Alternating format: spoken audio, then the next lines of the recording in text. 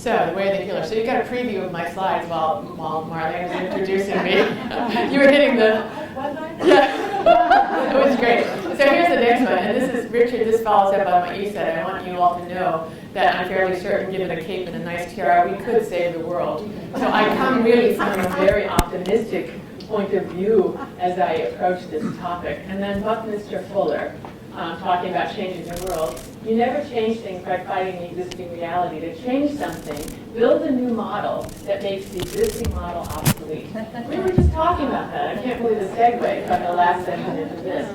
Because what's very, very clear to us is that the old model is really helping us.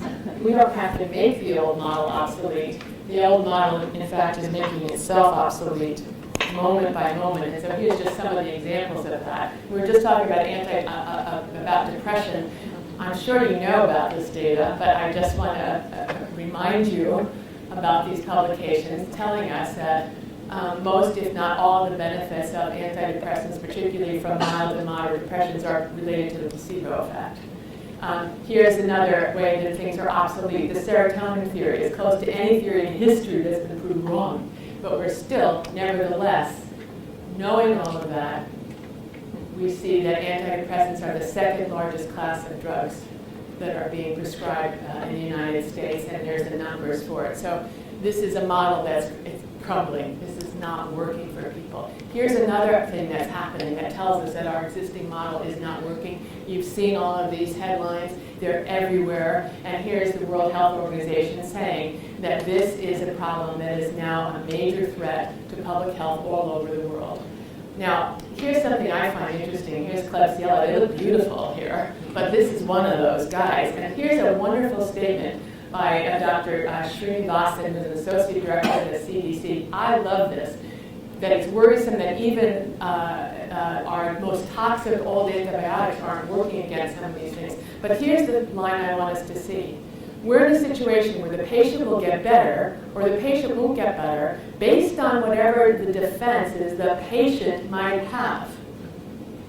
And then, but we have nothing to offer them to help them get better. Now, this is where I think, this is exactly the place that we are, that we would think that once you take away our drugs, we have nothing that we can offer people to help them get better. Now, we're nurses and we know better than that. So this is what I want to say, that this is, there's a couple of other things that I want to talk about the obsoleteness. Well, we know it's unsustainable. I mean, the healthcare system that we're in is an unsustainable one economically. It's unsustainable from the point of view of access, et cetera, et cetera. So the model that we have is crumbling. My answer is we have, in fact, the new model. We've been building the new model for decades. That's why some of us, we're talking about knowing each other in graduate school. We're talking like a lot of years ago that some of us have been working together, the people in this room working together to build the new model. So it's almost as though the new model is arising from within, here's my optimism, as the phoenix, right, of the crumbling bricks and mortar all around us that is the healthcare system. So you know that my work has been involved with healing. I've had 3 fundamental questions that have absorbed my time and energy for at least 3 decades. What is healing? Who or what is the healer? And then what's our role as nurses? I'm not going to talk about all this a lot. I'm just giving a really quick overview of it. From my point of view, what is healing? I have 3 major components to my theory or framework for healing. Number 1 is to remember that the word healing comes from the word Halon, which means to be or to become whole. That's a whole conversation. My definition of healing is the emergence of right relationship among or between any of the elements of the whole. And there's another whole conversation that goes with that. Some of you know that from my writings. And then the third is that what we're really after is to elicit what I call the Halon Effect. And my definition of that is the intrinsic natural orientation and movement of every living system towards increased order and transcendence. That it's the self-healing capacity and response. So those are the elements of my particular framework for healing, which is quite different, we have to point out here, than curing. So we think that the whole disease model is based on curing. Curing is the elimination of the signs and symptoms of disease. Healing is a whole other animal, as we know. We've all been talking about these things for years.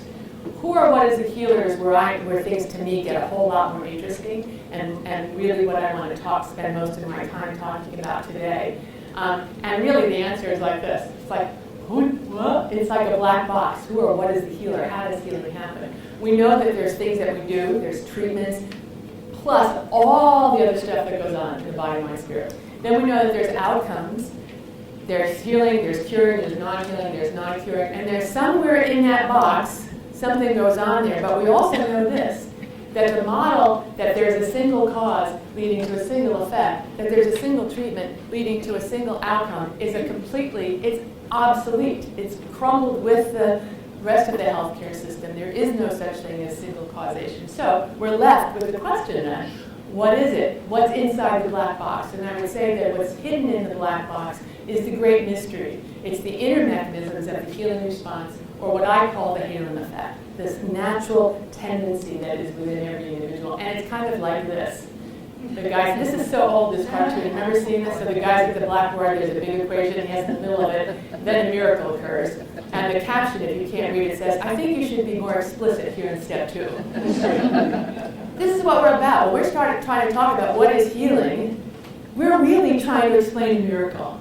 That's what we're trying to do. And it feels just as frustrating sometimes. What we know about actually how healing happens in living systems and let alone human systems is so absolutely trivial compared to what the great mystery that is at the depths of every living system that is what the healing response is.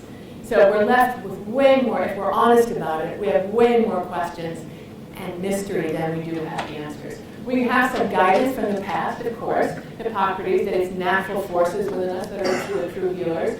Paracelsus, that the art of healing comes from nature, not from the physicians.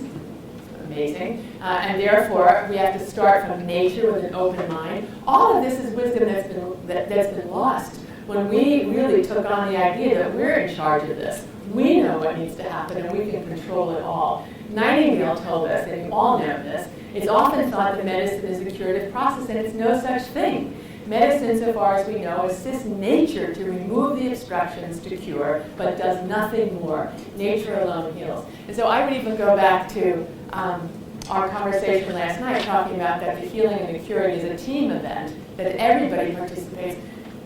I would say that what we consistently leave out in that discussion is that none of those are the healers. None of that is what cured the patient. We might have done something that was necessary for the patient to heal and to be cured, but it is not sufficient. And so what is necessary is that something within that individual system that is part of the mystery responds to what we're doing in a particular way that is beyond our capacity to control. And that's where the healing happens. So I see healing as an emergent property of the whole body, mind, spirit system. And therefore, I would make this pronouncement that all healing and curing emerge from within the unique body, mind, spirit of the one healing, at times assisted by, but not due to, medicine, surgery, other therapies, anything else that we do. And so I would say that fundamentally, at base, all healing is self-healing. Now there we can have a conversation, right? I mean, you can challenge that for sure. It's like this. We can walk somebody up to the door, up to the threshold. We can do everything that we want, but we bring everything we have to offer, but the person walks through that door by themselves, and we don't know what's on the other side of that door.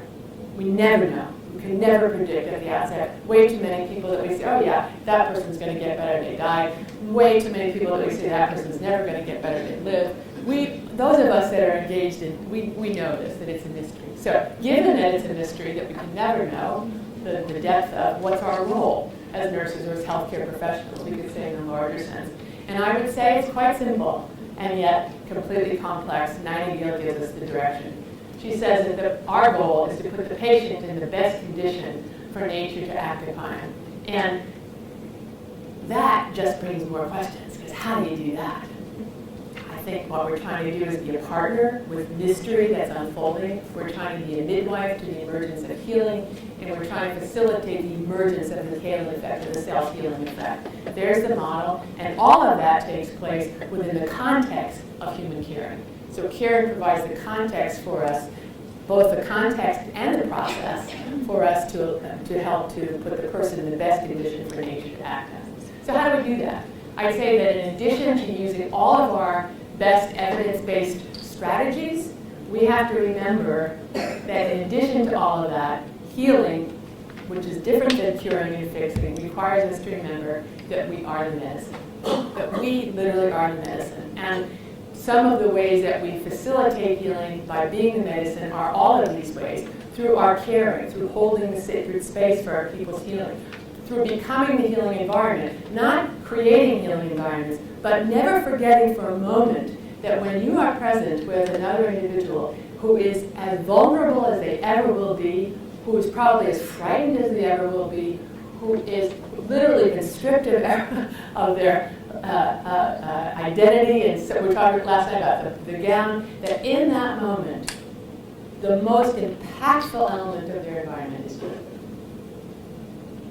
And so, how do we want to be as an environment? What kind of an environment do we provide? So here's the stuff. We have 5 minutes. I already gave some of my time to meditating, so we have more time to expand. This is really what I want to tell you about. And my thinking process is, I'm not finished with this. I have so many thoughts and ideas that I'm trying to put together. I need to do some writing about this. But I don't know if you know about this program in placebo studies in the therapeutic encounter that was started at Harvard in like 2012, okay? But just to see those words, the therapeutic encounter. So here's really one of the bylines on your banner, on your webpage, because studying the placebo effect changed the way we think about medicine. And here are just a few of the pieces of literature that you can find. Rather than dismiss it, we should try to understand the placebo effect and harness it when we can. The Lancet, research shows that placebo effects are genuine psychobiological events attributable to the overall context, blah, blah, blah. But here's what I think is so fascinating. There's also evidence that placebo effects can exist in clinical practice, even if no placebo is given. Which would beg the question, then why are we calling it a placebo effect if there was no placebo given? But so embedded are we in the mechanistic, single cause, single effect paradigm, right? The mechanistic, particularistic, Era 1 medicine and Larry Dossey's paradigm, that we can't, we still have to use that same language. It's a placebo effect, even if you didn't give one. It's hysterical to me. Here's neuroscience and biobehavioral reviews talking about this difference between the effect of the drug and the effect in the placebo group. It tells you something about what is the placebo effect in the medication. And you see now all the things that they identify with it. Expectation, motivation, conditioning, previous experience, environmental setting, intervention method, interaction with the practitioner, which are all great. They're all things that we actually, as nurses and using care and science, attend to. Those are the very things that we use in our practice with patients.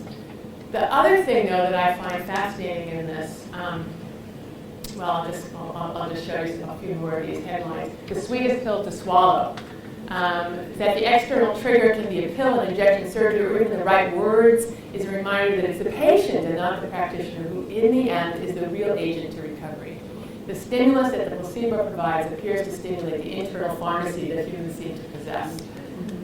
So rather than writing them off as just a placebo, we need to fully appreciate and start utilizing and applying in practice. I'm just trying to show you, when we talk about that the model is crumbling, that there's this stuff at the edge that's arising.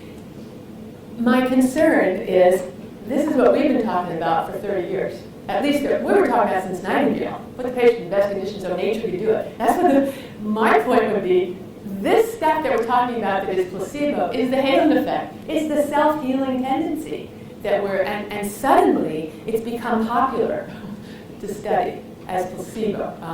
So here's a report that if you're interested in this, you might want to see. It's a 2014 paper that came out from the program.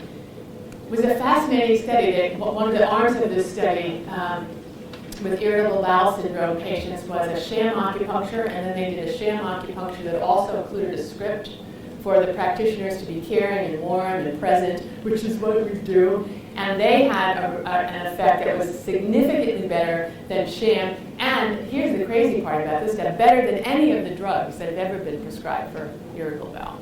So there's data like that. It goes on and on and on and on. The placebo research, evidence-based for harnessing self-healing capacities. This is Wayne Jonas. He gave us a list in this paper on the ways to enhance the healing response that are found in the placebo literature, and here's just a list of that again. I invite us to look at that as a list of what good nursing does all the time. These are the elements of our caring practice, showing up and being called the ways we listen to placebo effect. I mean, it's a little bit crazy. We have to name what it is. The influence of the patient-clinician relationship on healthcare outcomes. This is a meta-analysis, and here's a conclusion on that. This review suggests that the patient-clinician relationship has a small but statistically significant effect on healthcare outcomes, and then it goes on. There were very few that they could include, but they're concluding that we need to do more research on this. They also point out something I found fascinating. They're saying it's a very small, but it's a significant effect. The effect size was something like 0.3 something. But they point out that the effect sizes in clinical research for drugs is often like a 0.03, a 0.6 for using aspirin and cardiovascular. I mean, you get tiny little effect sizes once you eliminate all the possible variables in this kind of research. So this is actually quite significant. So, implications and then questions for our dialogue. If this is the case, if actually we're finally getting it, that there's something other than the drugs and the surgeries and that's responsible for people's healing, I would say, first of all, that we really have to stop calling this the placebo effect, because it continues to put power. The power of it remains in the practitioner. Well, we're going to harness it. What does harness it mean? It means use it and figure out how to give placebos. And then there's huge discussions in this placebo literature about the ethics of that. Well, can we give a sugar pill and not tell a person? Is that ethical? There's no recognition that this is the placebo. This relationship is. So we need to reimagine it as the Halon Effect. All of that self-healing is the bigger construct, and placebo effects are one type of Halon effect. They're specifically placebo effects that you get when you're given something that is like, and this is defined this way in some of the literature, you give some pill that's an inactive pill and so forth. But we're really about eliciting that Halon effect. Here's another implication. Additional research needs to be done. And particularly the patient-provider relationship in an area is an area that we need to research. And so I want to point this out to you. If you haven't seen this paper, my colleagues are sitting here. We did a paper called Research Guidelines for Assessing the Impact of the Healing Relationship in Clinical Nursing. This is in 2003. And so there are lots of ideas in that paper about how you would go about actually studying the effects of the healing relationship. And one of the points that we make in this paper is you cannot study the healing relationship by just studying one part of the relationship and looking at outcomes in patients. If you want to study the healing relationship, you must use a unitary transformative model or an integral model. You must include both the practitioner and the patient in anything that studies the healing relationship. Another implication is to see the medicine that's hidden in clear view. And we look at a picture like this, and we say, well, yeah, do you see the medicine? Yeah, you see the medicine. I want to suggest this to you. Maybe the medicine is actually the person that's bringing the medication rather than the medication itself. With all the studies that are showing the dangers, the antidepressants being just a case in point, maybe it's actually the one who's bringing this. Maybe it's the self of the practitioner that offers this. In a unitary transformative paradigm, the role of the practitioner is to remember that we are always non-separate. There's no separation. And so my state of consciousness, my being, my capacity to be present to you in love and care and presence is perceptible the moment that I walk in that room. And we haven't even begun to explore what happens at the multiple levels. One of the things that I noticed in the placebo research is they keep talking about, well, there's psychobiological effects.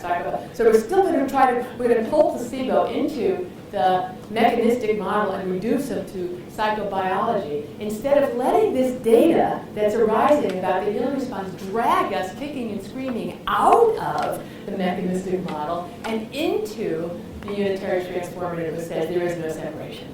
And the practitioner is, in fact, medicine. And this is really what we're about, is the way of the healer and recognizing that the healing work is a sacred art and that we are walking the way of the healer. We have been doing this since Nightingale, walking the way of the healer. And this is my belief about, so my narrative, right? That the true healer is not defined by what one does, by the pills, by what we're given, but by who one is and our commitment to growing our capacity for unconditional love and for care. Here's another implication, and Sabina's beautiful book, Nursing as Caring, Model for Transformative Practice. They suggest that it is essential to help people come to know themselves as a caring person, to really start shifting your identity, to know that's true of you, and to know each other, to know the people that you're working with as caring persons. And I want to ask you this, what would it be like? How would education in nursing be different? How would practice in nursing be different? How would research in nursing be different if we also help people come to know themselves as a healer? That we actually were able to communicate in a clear way. This is what I feel like I want to do some writing about this.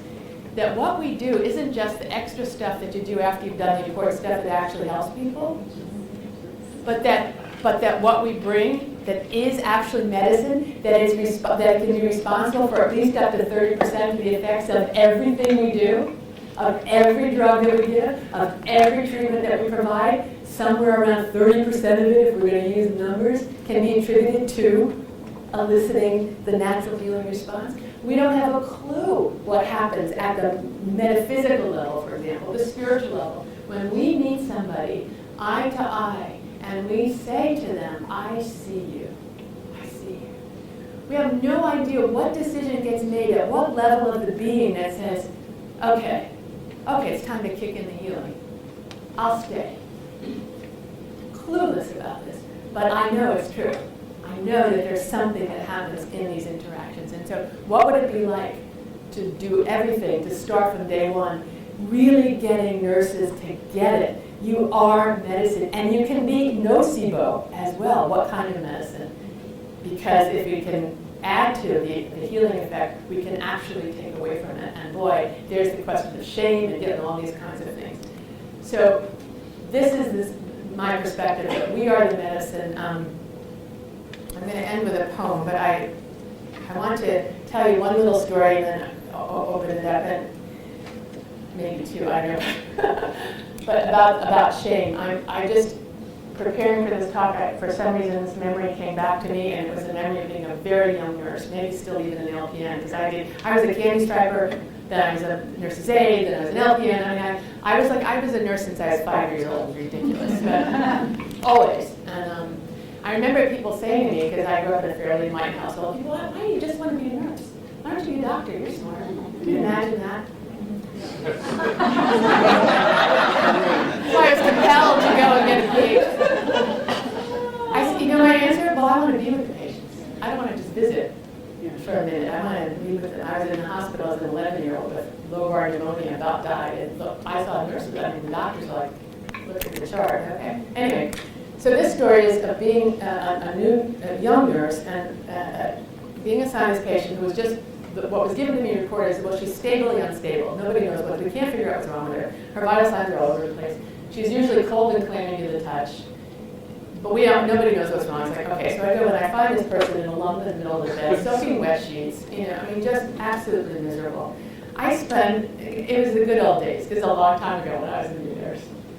Taking care, giving her a bath. I got a basin. I put her feet in the basin, I washed between her toes, I put powder between her toes, and I did all the changes, she's the whole thing. And by the time I'm done, she's sitting in the bed, she's bright, she's present, she's comfortable. So then the docs come in to do rounds. Everybody marches in, around the side, and they're looking at her. This is so-and-so, and she's stably unstable, and her vital signs are all over the place, and she's always cold and clammy. He puts his hand on her, and he goes, oh, like that. He steps back. He said, oh, she's not cold and clammy, she's quite warm. And actually, as they're looking at her, she looks quite good. And so they're marveling at this, and they're like, I don't know what's it, looking through the chart, I don't know how to explain this, And she said, well, I just had a wonderful, some wonderful time with this nurse, and she really took really good care of me. And so they all look at each other like, you know, wink, wink, oh yeah. And so one says, as they go get ready to leave the room, one says, oh, it must have been the TLC. And they all laughed and went out of the room. Now, in that moment, you took love and care and absolutely squashed it. Ridiculed it, dismissed it, and laughed about it. No, it couldn't possibly be the care. I've never forgotten that story, and I think that it's part of what informs when I say I'm nervous to talk because I want to serve you.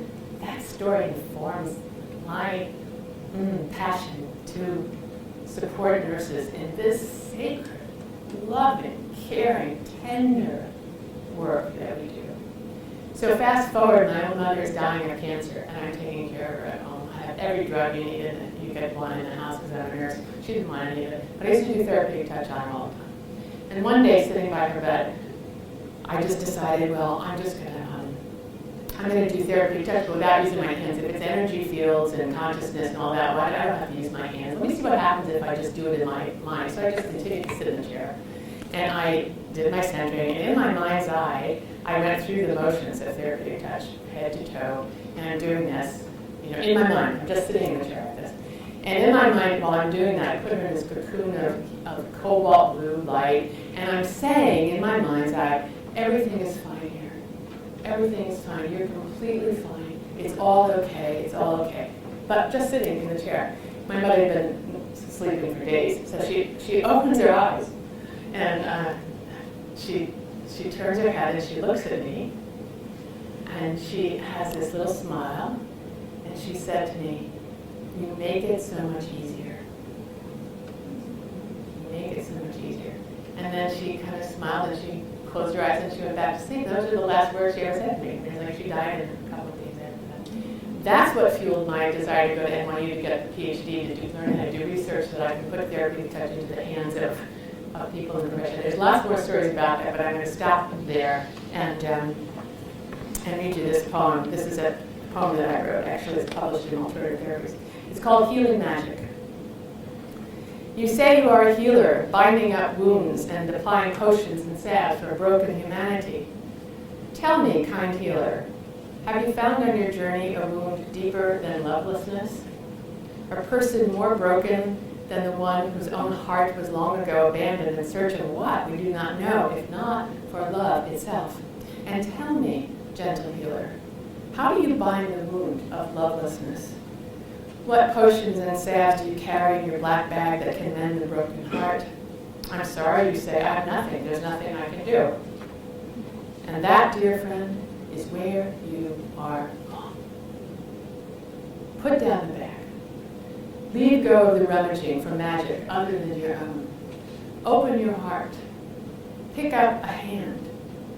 Gaze into an eye and share in one true moment.